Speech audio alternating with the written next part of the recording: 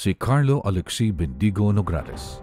Tungod sa iyang maayong track record sa Congress sulod sa siyam katuig niadtong 2018, si Carlo gitahasan sa mas taas nga responsibilidad o gi-appoint isip Cabinet Secretary diin gidumalaan ang Cabinet Assistance System ug ang Interagency Task Force on Zero Hunger.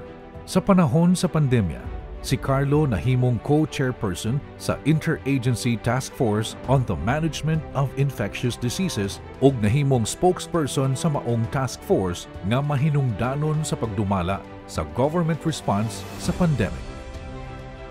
Sa iyang katakos, si Carlo nahimong acting Malacañang Palace spokesperson gikan Nobyembre 2021 hangtod Marso 2022.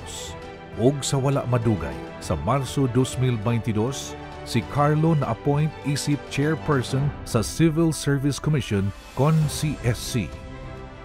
Sa iyang kalampusan sa CSC, siya giila.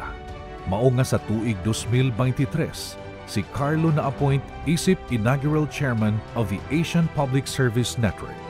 Si Carlo Alexi Bendigo Nograles, daghang kasinatian, daghang nadumalahan, daghang naalagaran, og dakong responsibilidad ang nalampusan dinhi sa Distrito 1 sa Davao o didto sa kauluhan. Ang iyang mga kontribusyon alang sa nasod dili ikalimot.